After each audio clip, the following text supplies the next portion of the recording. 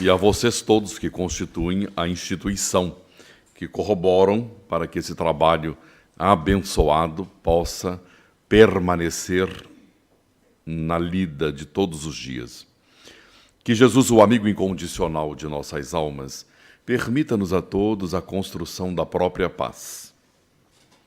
A doutrina espírita, que em nossa casa, o GEAC, Grupo de Estudos, leva com maestria e beleza a divulgação de nossa doutrina, colocando sempre no velador para que todo aquele que adentrar a casa espírita de estudos encontre sempre o parâmetro nas obras de Allan Kardec, o Pentateuco Espírita, primordial para a ascensão da alma humana.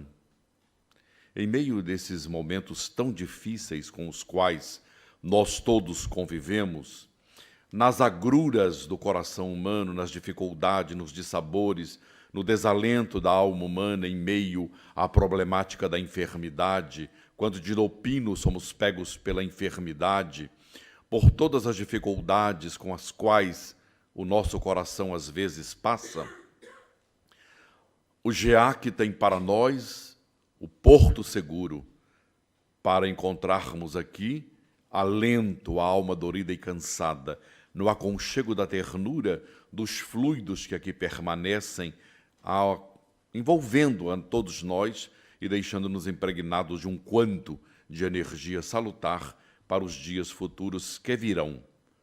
Arrimados ao bordão da fé, ao estudo nobre e nobilitante, todos nós lograremos dias felizes, porque a dor não é só dor, mas ela se constitui em uma bênção para todos nós. A claridade da doutrina espírita, na orientação que nos envolve a temática do estudo da noite, é a penetração do nosso pensamento pelos espíritos. Toda obra da doutrina espírita, se nós não lêssemos mais nada, mas só as 5 obras básicas, já teríamos o maior patrimônio adquirido e vale a pena estudá-la. Vale a pena conhecer o livro dos Espíritos. Eu já li, releia. Já reli, releia outra vez. Já reli, estude metódica e laboriosamente. O livro dos Espíritos é a espinha dorsal. Dele, 4 outras obras derivam dele. O livro dos Médiuns, o Evangelho segundo o Espiritismo, Céu e Inferno e a Gênese. Para a alegria nossa, estudá-lo para a felicidade completa do indivíduo. Os espíritos sempre prontos para responder ao codificador Allan Kardec, dentro da astúcia, da perspicácia, dos olhos clínicos, da acuidade que lhe era peculiar como codificador, uma mediunidade, não, o fenômeno intrínseco da evolução humana, ele era o fator anímico mais importante da história. Era ele o conhecedor de toda a mecânica.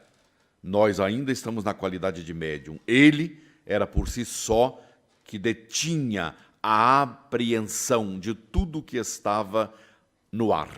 Assambarcava com naturalidade as respostas do que os espíritos do Senhor desejavam. Ele pergunta: os espíritos veem tudo o que fazemos? Basta que nós pensemos. Meu Deus, eu estou na rua. Os meus amigos espirituais veem o que eu estou fazendo? Estou na balada na noite, os espíritos veem o que eu estou fazendo? Eu estou na intimidade do aconchego do lar, os espíritos veem o que eu faço? Eu estou enfrentando problemas no campo de futebol ante o Benfica? O que é que eles diriam quando me visse vendo o Benfica? Ou o Porto? Ou o Sporting? Tanto faz. Um jogo. E eles respondem ao codificador: podem vê-lo, pois estáis incessantemente rodeados por eles, mas cada um só vê aquelas coisas a que dirige a sua atenção, porque eles não se ocupam das que não lhes interessam. veem tudo que nós realizamos. A vantagem é que se nós, os humanos, víssemos alguém, nossos pensamentos giram em torno de 1000 coisas. Eles detêm o pensamento naquilo que lhes interessam. Onde eu estiver, os bons espíritos olham por nós. Se olham por nós, dedicam a atenção a algum ponto que eu, o Divaldinho, esteja cometendo. Tentam, de todas as formas, auxiliar-nos, com certeza. Então, por certo, não fica obscuro aquilo que estivermos realizando. Mas nós temos que ter o livre-arbítrio, como temos, para exercer a nossa evolução. Porque se eu sair para ir a uma balada, a esbórnia, e ficar, meu Deus, o que eles vão estar pensando se eu estiver aqui sentado à mesa, ou se estiver na praia? Não preocupemo-nos com isto. Nós temos que viver como vivem os homens do vosso mundo. Mas temos de compreender que do mundo não somos. Onde está o teu tesouro, aí está o teu coração. Então nós precisamos alinhavar pensamentos e alcançar aquilo que realmente nós desejamos. Livro dos Espíritos.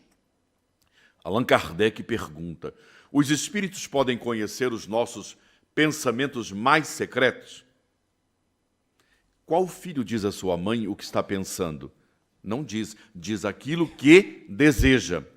Qual esposo relata na íntegra à sua esposa tudo o que lhe vai na alma? As mulheres, é muito comum, não no meu caso, porque já sou encalhado, mas naquele que é casado, ela diz: meu amor, eu daria tudo para andar no seu pensamento. Porque você fica horas olhando para o nada. O que estaria pensando você ou onde você estaria? Na verdade, cada um de nós é uma individualidade.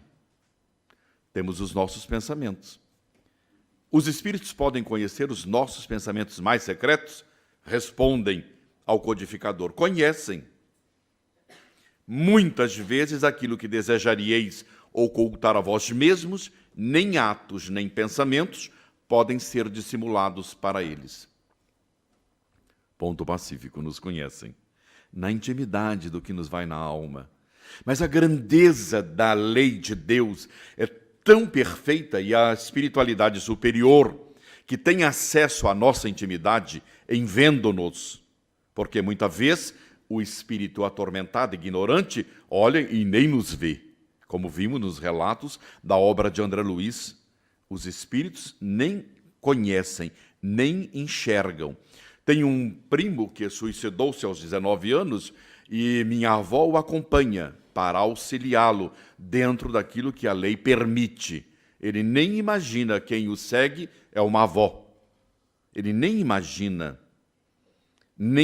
que alguém vela por ele, porque a visão é obnubilada. Mas quando estes, os bons, penetram nossa intimidade, sabem o que nos vai à alma e o que nós passamos pelos problemas que trazemos do ontem ou do hoje. 457.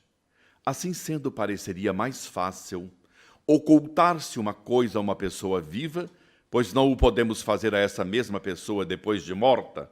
Certamente, pois quando vos julgais bem escondidos, tendes muitas vezes ao vosso lado uma multidão de espíritos que vos veem. Ponto pacífico. Eu escondo de minha mulher, do meu namorado, da minha namorada, da minha relação afetiva, qualquer coisa. Ela pode perguntar: mas eu leio nos seus olhos que não está dizendo a verdade. Não, meu amor, o que é isso? Fica tranquila. Eu estou ótimo, mas na minha intimidade eu sei o que passa. Ela pode ter a acuidade de dizer, olhando para mim: você não está legal hoje, você está diferente. E aí então... Mas eles sabem, conhecem-nos, porque depois de morto, nada mais é oculto. Tudo está no velador, tudo está escrito. É interessante que abrindo um parênteses, muitas pessoas que frequentam a mediunidade, as reuniões mediúnicas, muitas, quando convidadas, não querem. Não, não vou. Não vou porque eu trago na alma algumas coisas íntimas e tenho receio de ir à mesa mediúnica e alguém incorporar e virar-se para mim e dizer: eu te conheço, já vi você lá. Eu morro no mesmo instante. É engano, isso não ocorre, de forma alguma. Porque ninguém conhece o outro na intimidade. Ninguém. Posso viver com uma pessoa há 40 anos. Às vezes, nós não sabemos quem somos na realidade. Há um livro que trouxe que é Quem é seu filho? Ninguém conhece o filho. Nós cultivamos, educamos, formamos, mas não temos a intimidade do filho à nossa vista. Pensamos que o conhecemos. Repentinamente ele cresce. Eu digo, eu conheço meu filho tranquilamente. Aquela não é a garota exata para ele, mas deixe-o namorar. De repente, ele ouve a garota e diz à mãe: não, você não tem razão, é ela que tem. E a mãe diz: não pode, isso não pode ocorrer. Eu conheço você, mas ela sabe quem eu sou também. E aí então nós perdemos o parâmetro, porque não conhecemos na essência. Nós convivemos. Nós poderemos ter uma apreciação do outro. E quando na mediunidade, só pode alguém revelar, dito incorporado, quando a pessoa conhece o outro. Aí ele pode usar do recurso que ele quiser. Mas na intimidade, nenhum espírito vem dizer para nós ou colocar o dedo em riste no problema, na ferida, no tormento, na aflição, no desequilíbrio que vivo eu. Antes, porém, a doutrina espírita é eminente consoladora. Os bons espíritos, os espíritos nobres, vêm acalentar a alma dorida e cansada de nós, os viajores da imortalidade. Vem trazer alento, vem trazer a mão amiga e dizer: coragem, eu sei o que você passa, mas coragem, ânimo, tende bom ânimo. E aí por diante, nós vamos ficar muito mais fortalecidos do que se alguém colocado o dedo em riste em nós e dissesse-nos alguma coisa de tanta dor ou de desequilíbrio. 458. Que pensam de nós os espíritos que estão ao nosso redor e nos observam? O que é que eles pensam? Se eu perguntar ao Fernando Cavalheiro, Fernando disse para mim: como é que eu estou? Ele está magro, está mentindo, porque eu estou gordo. Eu já logo diria a ele: mentiroso, você vê que eu estou gordo e quer ser gentil porque eu estou acima do peso 25 quilos. Ora. Então, mas os espíritos, o que pensam eles quando nos olham, quando nos observam? Come demais, Divaldinho. Dir-me-ia algum deles? Não. Atentemos para a resposta. Isso depende. Os espíritos levianos riem das pequenas traquinices que vos fazem e zombam das vossas impaciências. Os espíritos sérios lamentam as vossas trapalhadas e tratam de vos ajudar. É o que ocorre conosco. Os levianos riem a gargalhada, zombam da nossa impaciência. Imaginemos-nos um minuto no trânsito. Imaginemos-nos um minuto quando a mulher diz: meu amor, por favor, traga um copo d'água. Tenha paciência. Eu acabo de sentar para ver o jogo e você me pede água. Levanta, vai buscar. O que é que eles pensam de nós? Eles riem com a nossa impaciência, porque nós somos impacientes. Ou vamos dizer que nós somos super pacientes. Não somos. Nós estamos ensaiando aquilo que Allan Kardec coloca. Reconhece-se o cristão ou o espírita pelos esforços que empreende, que faz para domar as más inclinações ou as más tendências. Somos nós. Nós refilamos com o menor problema que ocorra. Nós, em vez de usarmos do recurso do poder da gentileza, como vimos no trabalho da Tirce, a gentileza. O vídeo começou com maestria e beleza. É o poder que move o mundo, é a gentileza. Amor, dê-me um copo d'água. Ó, querida, você quer gelado ou com gás? Quer água das pedras? Eu comprei para você, meu bem. Você comprou água das pedras? Sim, eu pensei em você todo dia e sei que você gosta. E ela está fresquinha. Você quer? Amor, você me trouxe. Trouxe, querida. Ah, quer mais um cafezinho? Eu faço também para você. Quer que eu faça ou você quer de máquina? Uai, é o poder da gentileza. Já imaginou você dizer à sua mulher isto? Bem, não levanta, quero fazer o café da manhã na cama. Ela pode ter umas 5, mas tem que tomar cuidado. Se ela tiver problemas cardíacos, chama o Brandão e faça o café. Se você quiser ficar viúva, obviamente. Porque matá-la em 2 segundos. Mas se você quiser construir algo inusitado, seja gentil, amável, dócil. Isso não há quem não goste. Se você for à rua e encontrar um cão, passar-lhe a mão, ele segue você. O poder do carinho, do afeto. Agora imagina se o cão gosta de afeto, o que dirá o ser humano? Então, se esses espíritos zombam das nossas impaciências, os espíritos sérios lamentam as vossas atrapalhadas e tratam de vos ajudar. Tem um irmão meu que é alcoólatra. Tem hoje 60 anos, eu 64. E às vezes eu falo com ele, converso, explico. E ele é católico, apostólico romano, às vezes vai ao centro. Mas ele não quer entender. E os espíritos também são ardilosos, porque eles querem ver o circo pegar fogo. Então incentivam-no mais ainda. Ele tem a doença, que é a enfermidade do alcoolismo, e concomitantemente ele é médium de incorporação, mas não aceita, não entende e não quer saber. E aí o circo pega fogo. Se nós, nesse momento, usarmos da impaciência, eles vão rir a gargalhada da impaciência em tratar um problema sério que deve ter compreensão, entendimento, afetividade, solidariedade, todo o envolvimento. Agora, se os bons estão vendo tudo isso, imediatamente tratam de nos auxiliar, de desenvolver ou retirar os miasmas insalubres que o envolvem, de o proteger até um certo limite, porque cada um faz o que quer da vida. Deus permite que o indivíduo possa matar-se. Cada um tem um livre-arbítrio. O Criador permite para que nós aprendamos com o ensinamento. Então, a doutrina vem ao nosso auxílio, formando, mostrando que as influências ocultas dos espíritos sobre os nossos pensamentos e as nossas ações dá-nos um tratado para a nossa vida. Ou acaso nós estamos pensando no marido meu que ficou em casa, ou na minha mulher, ou na sogrinha querida? Não! Para mim, sou eu o mais importante no momento da existência. Tudo aquilo que eu ouço é para o meu ouvido mais próximo, que é o meu. E depois aquele que ouve é para ele. Ah, mas o meu marido... Esqueça o seu marido, deixa, larga do pé dele. A vida é para nós. Cada um tem que dar conta da sua existência. Nós não damos conta da existência de um filho e nem podemos, por mais que desejamos, não podemos. 459. Os espíritos influem sobre os nossos pensamentos e as nossas ações?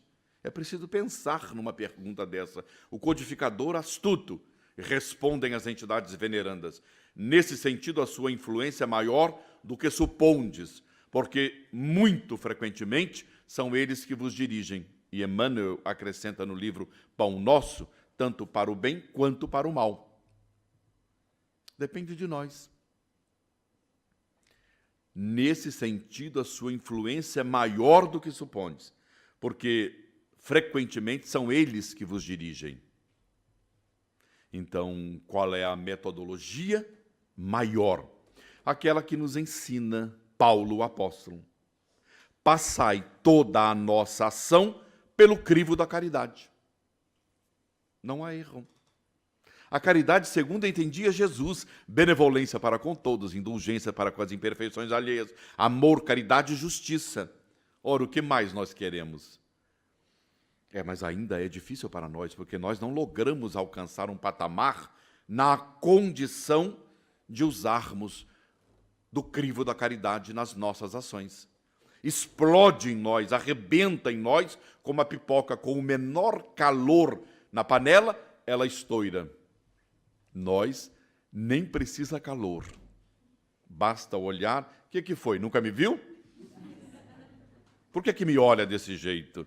Nós rebentamos pior do que pipoca. Porque nós, às vezes, estamos com a venta virada, estufados.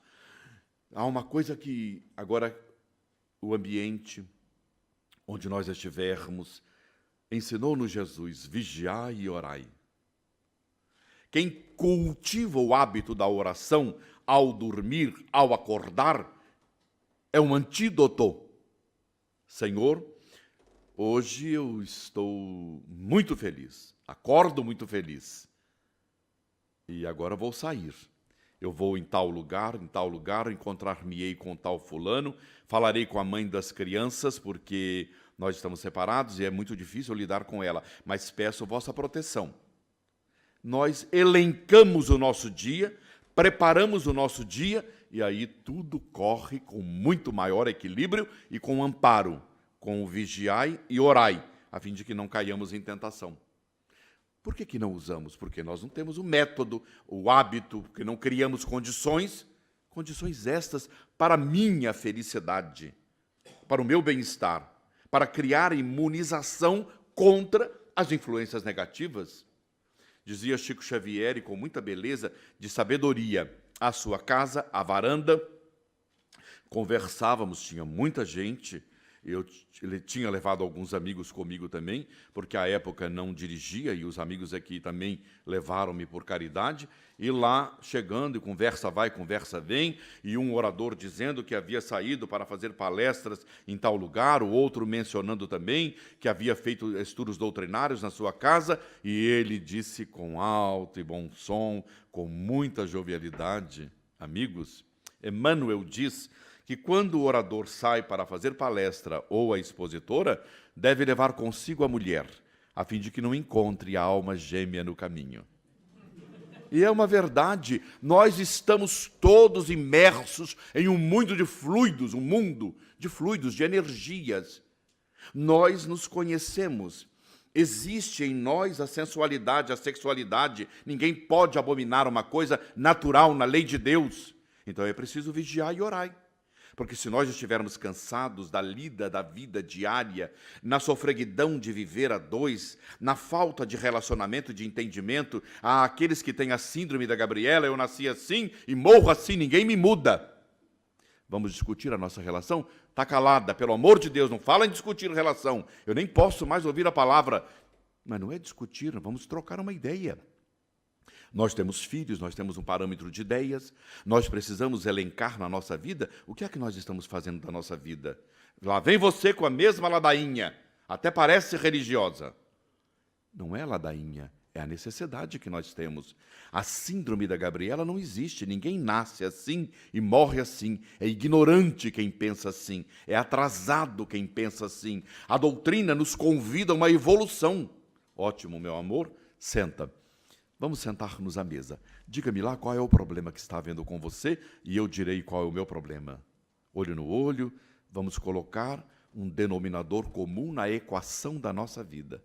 Ah, com certeza, a vida ganha outro nível. Nós alcançamos outro patamar e as vibrações ficam dúlcidas, não ficam calientes. Porque se nós não usarmos do recurso, nós começamos a desgastar-nos. E desgastar é o amor que morre, adoece. E quando morre, acaba. Acaba por vez. Nós deveremos envidar todos os esforços. Mas quando o amor adoece, o Livro dos Espíritos, na introdução, coloca: Deus não constrange a alma humana a viver com quem não mais se afiniza. É a hora, então, de nós criarmos coragem e libertar aquele que, às vezes, amarramos ao nosso pé, não dando-lhes a facilidade de voar ou de entender, ou de encontrar alguém que pense com a mesma síndrome da Gabriela que ele possa ter ou ela possa ter. A vida é uma escola constante de ensinamentos. Mas se eu puder e tiver condições e valores de estofo moral para suportar as dificuldades, eu venço a batalha, mas a minha batalha. Eu compreendo o outro e exijo de mim o máximo que eu possa compreender, como asseverou-nos Chico Xavier, essa pérola que era aquele homem. 460. Temos pensamentos próprios e outros que nos são sugeridos? Vossa alma é um espírito que pensa. Não ignorais que muitos pensamentos vos ocorrem a um só tempo, sobre o mesmo assunto e frequentemente bastante contraditórios. Pois bem, nesse conjunto há sempre os vossos e os nossos, e é isso que vos deixa na incerteza, porque tendes em vós duas ideias que se combatem. Mas olha só, é uma realidade. A dúvida, ela é cruel às vezes em nós. Mas se nós optarmos por aquilo que ensinou Paulo, passando pelo crivo da caridade, nós iremos errar menos. Nós teremos menos dificuldades em acertar.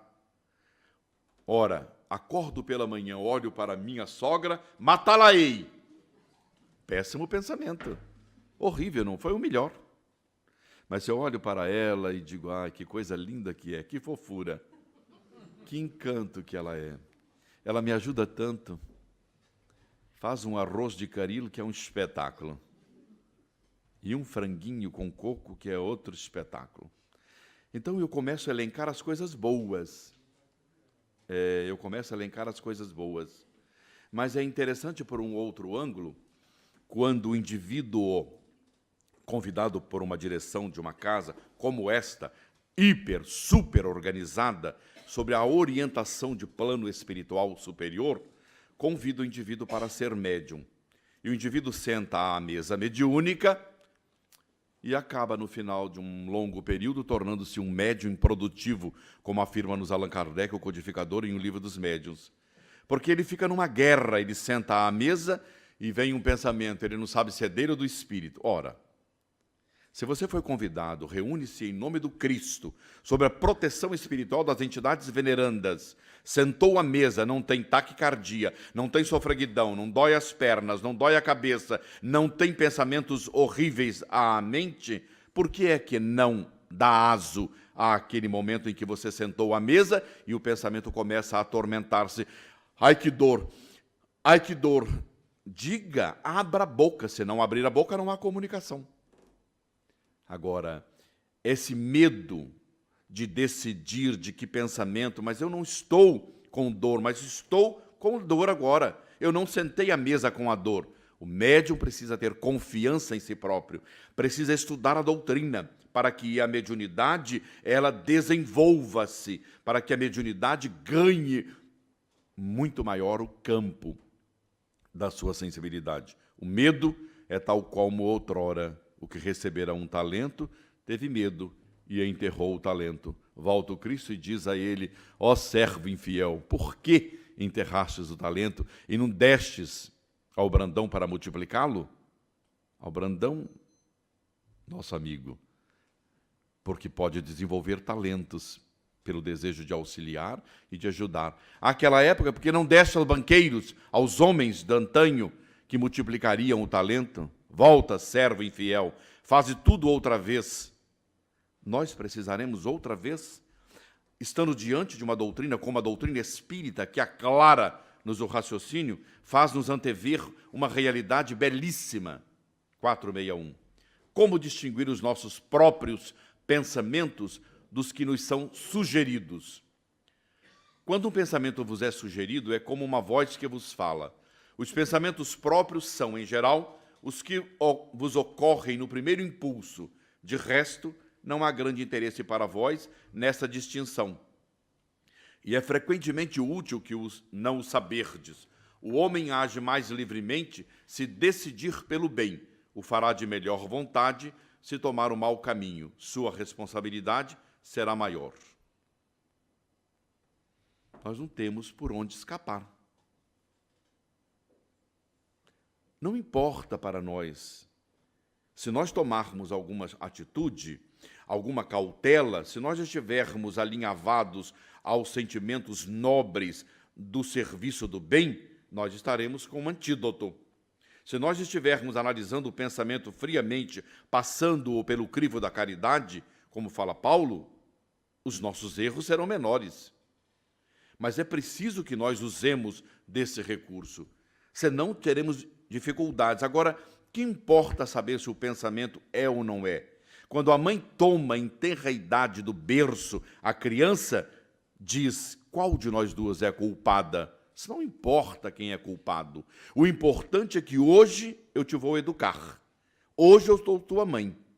Então não importa se eu errei, se você errou. Hoje está na condição de filho e eu te vou ajudar. É o melhor pensamento. É o pensamento do bem. Ah, você foi inimiga minha no passado, não te vou ajudar. Odeio você. Não é o caminho. Não é o caminho correto. Dentro da menor célula da sociedade humana, a família, onde nós estamos, nós temos afetos e desafetos.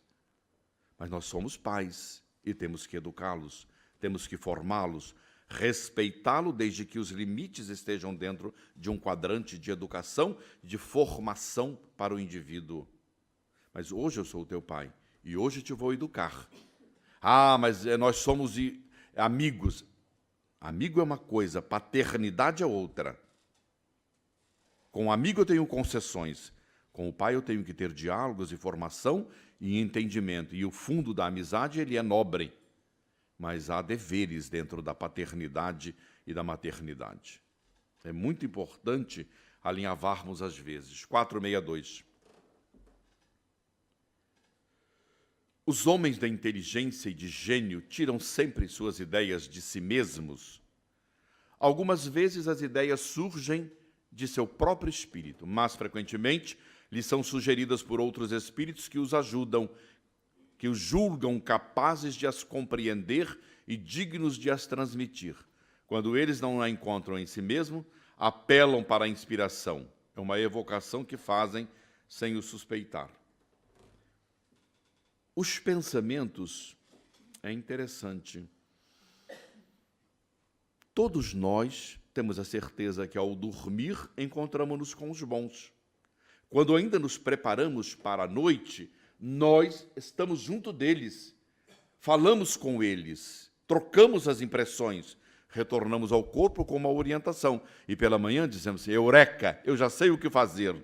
Eles nos auxiliaram, nos orientaram, deram-nos uma possibilidade de compreender melhor o desenvolvimento daquilo que estava empanando-nos a visão. Nós sempre seremos ajudados. Agora, se formos só, mas esse pensamento é meu ou é de quem? Não importa o pensamento. Façamos a tríade ou elenquemos o parâmetro de passar pelo crivo da caridade para lograr, encontrar um denominador comum à nossa vida. Allan Kardec coloca: se fosse útil que pudéssemos distinguir claramente os nossos próprios pensamentos daqueles que nos são sugeridos, Deus nos teria dado o meio de fazê-lo, como nos deu de distinguir o dia e a noite. Quando uma coisa permanece vaga, é a que assim deve ser para o nosso bem. Então, muita minudescência. Quem quer ir ao fundo do poço, na verdade, ele não quer é trabalhar, não quer é desenvolver-se, ele quer é ficar na picuinha, na contenda, na querela, sem querer modificar-se. É muito melhor chegar e dizer: onde estão os pratos para lavar? Do que olhar para o prato, de quem é esse prato? Quem pertenceu a esse prato? Essa louça da Vista Alegre ou é de quem? Quem foi que mandou esse prato para cá? Não chegaremos a lugar nenhum. É melhor pegar os pratos, lavá-los e botar a comida. E telefona-me que venho comer. 463. Disse algumas vezes que o primeiro impulso é sempre bom. Isso é exato? E eles respondem ao codificador: pode ser bom ou mal, segundo a natureza do espírito encarnado. É sempre bom para aquele que ouve as boas inspirações. Imaginemos Bin Laden acorda pela manhã: tive uma ideia, matar os americanos. É um pensamento péssimo. Péssimo. Depende sempre da natureza do espírito encarnado. Cada um de nós se conhece. Cada um de nós sabemos como somos, como nós reagimos. Ninguém melhor do que nós para termos consciência de quem somos. Então, esse pensamento pode ser bom ou mau, segundo a natureza do encarnado. Ninguém muda a natureza dependendo de uma pergunta ou de uma resposta. Nós somos o que somos. Aperfeiçoamos ou modificamos segundo o desejo que nós temos de modificarmos-nos. 464, como distinguir se um pensamento sugerido vem de um bom ou de um mau espírito? Examinai-o. Os bons espíritos não aconselham senão o bem. Cabe a vós distinguir. Eu contava com 18 anos de idade e estava militando no espiritismo, e uma família que realizava reuniões em casa, à época, porque eles não iam frequentar o centro, porque pertenciam à sociedade e deveriam ter vergonha. E, juntamente com outras pessoas, eu fui à reunião na residência. Lá tinha um médium que recebia entidades e dava orientação à família. A família é uma família de muitos bens, e os espíritos eram comerciários, porque orientavam sobre um posto de gasolina e outras coisas da fazenda. Mas depois de todas as orientações, o espírito também, um outro espírito, que não me ocorre o nome agora, deu também uma orientação, dizendo de onde ele estava, a região que ele habitava, e o outro, em seguida, terminando o feixe, falando à família, disse para o anfitrião que nos houvera convidado: sua filha, você deve ter muito cuidado com ela. A última encarnação sua, ela o matou por dinheiro, para ficar com o seu dinheiro. Na hora deu um baque. Eu fiquei não entendendo bem o que se passava. Terminamos a reunião, depois uma canja e um bate-papo, e no dia seguinte, no outro dia, 4 dias depois, eu encontrei-me com ele. E ele me disse: você viu a reunião? Vi, gostou, eu gostei. Há algumas coisas que eu ainda estou aprendendo. Pois é, eu coloquei minha filha fora de casa. Você acha que depois daquela orientação segura que ela matou-me, eu ficaria junto dela? De forma alguma. Então nós vamos observando que é um espírito pseudo-sábio. Examinai, os bons espíritos não aconselham senão o bem. Aquele espírito era um pseudo-sábio, criou uma celeuma, era inimigo dela, com certeza, porque ela é médium até hoje, perturbada ao extremo, e a família vive na bancarrota, nos problemas inúmeros, por causa desse problema de ordem espiritual, que viveram e vivem até hoje a caça de orientações através dos guias pseudo-sábios. 465, com que fim os espíritos imperfeitos nos induzem ao mal? Para vos fazer sofrer como eles sofrem. Eles são infelizes, os espíritos que perambulam. Eles são infelizes. Eles estão na erraticidade, aguardando uma próxima encarnação, como denomina Allan Kardec, o codificador.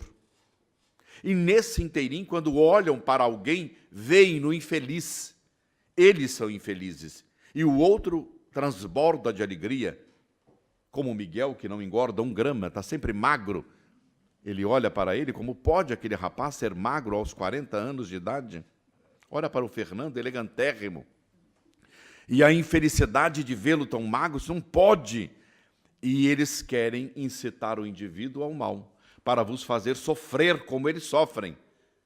Se nós começarmos a sofrer, eles ficam dubiamente felizes, riem a gargalhada. Esse irmão meu, quando bebe, e eu vou buscar, alcoolizado, as mulheres nuas, espíritos em cima dele, ri a gargalhada da infelicidade do ignorante, do atrasado do meu irmão, que é um espírito ignorante. Riem, porque ele está sofrendo. Nós estamos todos sofrendo com o problema. Não é só com ele, com outros tantos que estão metidos na droga, no desequilíbrio, na desarmonia, no egoísmo, na briga. Os casais, quando estão dentro de casa e brigam, arrancando a pele um do outro, os espíritos riem a gargalhada de ver que ali eles encontraram um prato cheio através das pessoas que querem brigar. 465A. Olha, terminamos daqui a pouquinho, 00:12, tá bom? Garanto-vos. 465A. Isso lhes diminui o sofrimento? Não. Mas eles o fazem por inveja dos seres mais felizes. É inveja.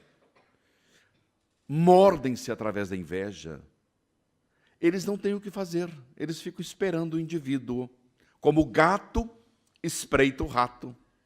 Eles não têm perda de nada, eles não querem melhorar, vão seguindo a marcha até quando Deus determinar. Quando Deus colocar um basta, acabou. Mas até então, todo mundo que eles puderem acicatar para serem felizes, faloão com muita alegria, com muito desejo de nos ver na bancarrota. Que espécie de sofrimentos querem fazer-nos provar? Os que decorrem de pertencer a uma ordem inferior e estar diante de Deus, levar-nos ao vexame, à ignorância, à estupidez, como muitas pessoas que dizem-se religiosos, como católicos ou como protestantes, ou até mesmo como espíritas, que vão nas pessoas ignorantes, mais ainda, perguntando se há mal feito, e alguém lhe diz, há um mal feito, fizeram para você isso, e o indivíduo cai de 4 dentro daquele processo e fica perdido no marasmo de gastar e gastar, quando o Cristo ensina a nos dar de graça o que de graça recebeu, ensina-nos a orar. Nós somos o artífice da nossa vida e da nossa realidade. Precisamos crer em Deus. A doutrina liberta-nos das peias da ignorância e nos faz ascender rumo a uma libertação completa, entendendo que somos nós os atores, os artífices da felicidade ou da infelicidade. Por que permite Deus que os espíritos nos incitem ao mal? Por que Deus deixa que o indivíduo que não tem o que fazer à toa, sem trabalho, nos incite ao mal? Os espíritos imperfeitos são os instrumentos destinados a experimentar a fé e a constância dos homens de bem. Tu, sendo espírito, deves progredir na ciência do infinito, e é por isso que passa pelas provas do mal até chegar ao bem. Para desenvolver. Por que é que os bens materiais têm atrativos? Para nós olharmos, observarmos que uma bolsa Louis Vuitton de 9.000 euros não é necessário. Compra no Xing Ling tão linda quanto a do Louis Vuitton. Tão boa, sem nós nos chafurdarmos dentro do desequilíbrio do processo financeiro. Mas a alma humana é assim, quanto mais tormentos ela estiver à volta, melhor lhe é. Fica mais atormentada para encontrar fascínio naquilo que não tem fascínio. E os espíritos imperfeitos vão mostrando para nós como nós estamos. Qualquer pessoa que vem ao centro se melindra, porque não foi atendida como deveria ser, como ela acha que deve ser. Melindra-se e vai-se embora, e eles põem-se a gargalhar, fartam-se de gargalhar com a nossa impaciência ou a nossa falta de entendimento nas questiúnculas da existência.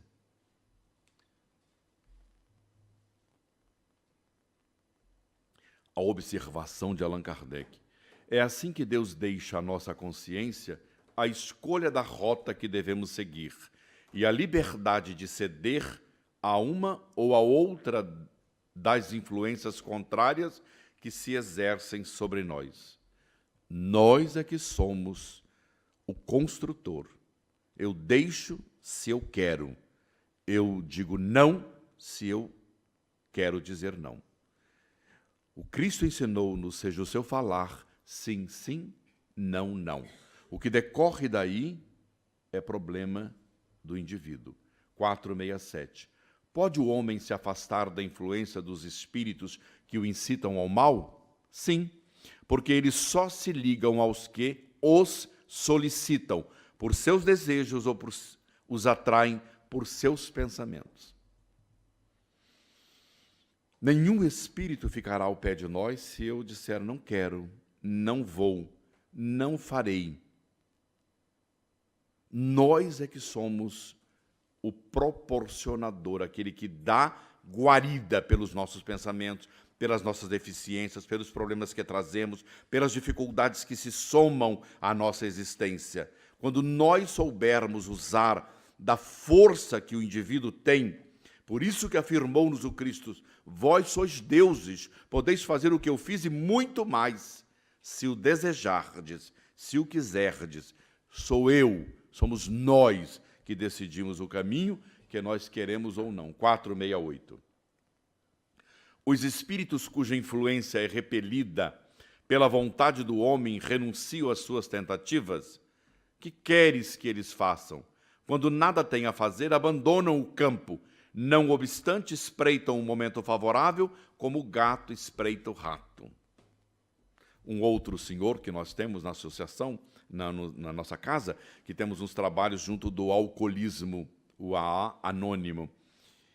Ele fica tranquilo, fica 3, 4 meses, 5 meses. Quando ele não vai aguentando, ele continua, mas começa a tomar um xarope que nós temos no Brasil, chamado biotônico Fontoura. E aí ele vai, porque o xarope é feito à base de álcool, e ele deita no xarope. Estou com tosse, vai lá e toma o xarope. É porque é a base de álcool. Então é como o gato espreita o rato. No momento favorável, dão-lhe aquela chance, ele quer, a chance aumenta e pronto. Agora, quando diz, não quero, o espírito vai procurar um outro onde possa aninhar-se. E ali ele nada de braçada. 469. Por que meio se pode neutralizar a influência dos maus espíritos? Fazendo bem e colocando toda a vossa confiança em Deus. Repelis a influência dos espíritos inferiores e destruí o império que vos desejam ter sobre vós. Guardai-vos de escutar as sugestões dos espíritos que suscitam em vós os maus pensamentos, que insuflam a discórdia e excitam em vós todas as más paixões. Desconfiai, sobretudo, dos que vos exaltam o vosso orgulho, porque eles atacam a vossa fraqueza. Eis porque Jesus vos faz dizer na oração dominical, Senhor, não nos deixeis cair em tentação, mas livrai-nos do mal. Agora, viram o que a Tirsa colocou para nós? O antídoto, o trabalho do bem, está em nosso grupo de estudos Allan Kardec. É aqui a oficina de trabalho abençoado que todos nós temos. Vamos investir no bem, trabalhar no bem. Ninguém imagina o que é vir fazer uma sopa e distribuir a alguém que tem fome. O prazer de você realizar isso é o maior antídoto contra as nossas mazelas, contra os problemas que nós temos. Não estamos falando contra os nossos irmãos ignorantes, atrasados, que eles têm o direito de fazer o que querem, mas nós, com a instrução que nossa casa nos oferece, com a pleiade amorável de entidades venerandas, incitando-nos ao trabalho de renovação interior, de conquistas novas, com tanto trabalho que temos a realizar, projetemos no bem, e o bem falará em favor de todos nós. Os espíritos que procuram induzir-nos ao mal, e que assim põe à prova a nossa firmeza no bem, receberam a missão de o fazer, e se é uma missão que eles cumprem, terão responsabilidade nisso? Respondem, nenhum espírito recebe a missão de fazer o mal. Quando ele o faz, é pela sua própria vontade, e, consequentemente, terá de sofrer as consequências. Deus pode deixá-lo fazer para vos provar, mas jamais o ordena, e cabe a vós repeli-lo. Portanto, meus amigos, nós é que somos o autor de decidir o que é que nós vamos querer da nossa vida. 471. Quando experimentamos um sentimento de angústia, de ansiedade indefinível ou de satisfação interior sem causa desconhecida, isso decorre unicamente de uma disposição física? é quase sempre um efeito das comunicações que, sem o saber, tiveste com os espíritos ou das relações que tivestes com eles durante o sono. Tudo isso, quando acordamos pela manhã, temos a nítida sensação de ter estado com alguém, e aquilo deixa-nos com uma leveza. Impressionante, encontrei com a minha mãe, foi uma alegria imensa. É a comunicação, são eles que intercedem por nós, são eles os nossos amigos, os mentores espirituais da nossa casa, que levam-nos até os nossos amores e deixam-nos impregnados de um quanto dessa energia. 472. Os espíritos que desejam incitar-nos ao mal limitam-se a aproveitar as circunstâncias. Eles aproveitam a circunstância, mas frequentemente a provocam, empurrando-vos sem o perceberdes para o objetivo da vossa ambição. Vigiai e orai. É o pensamento do Cristo. Vigiai e orai. Se nós estivermos vigiando, dificilmente entraremos nas emboscadas ou nos processos com os quais, às vezes, detemo-nos e nos comprazemos. Portanto, meus amigos, a doutrina espírita, ela é portentosa, espetacular. Traz-nos a realidade daquilo que nós precisamos. No grupo de estudos Allan Kardec, o nosso GEAC, nós encontramos aqui o parâmetro para a instrução da alma humana. Instrução esta que liberta-nos das peias da ignorância, ascendendo-nos rumo ao entendimento, aos sentimentos do amor, ao trabalho em relação ao outro e encontrarmos no próximo a razão da nossa felicidade. Paz para todos e muito obrigado a todos.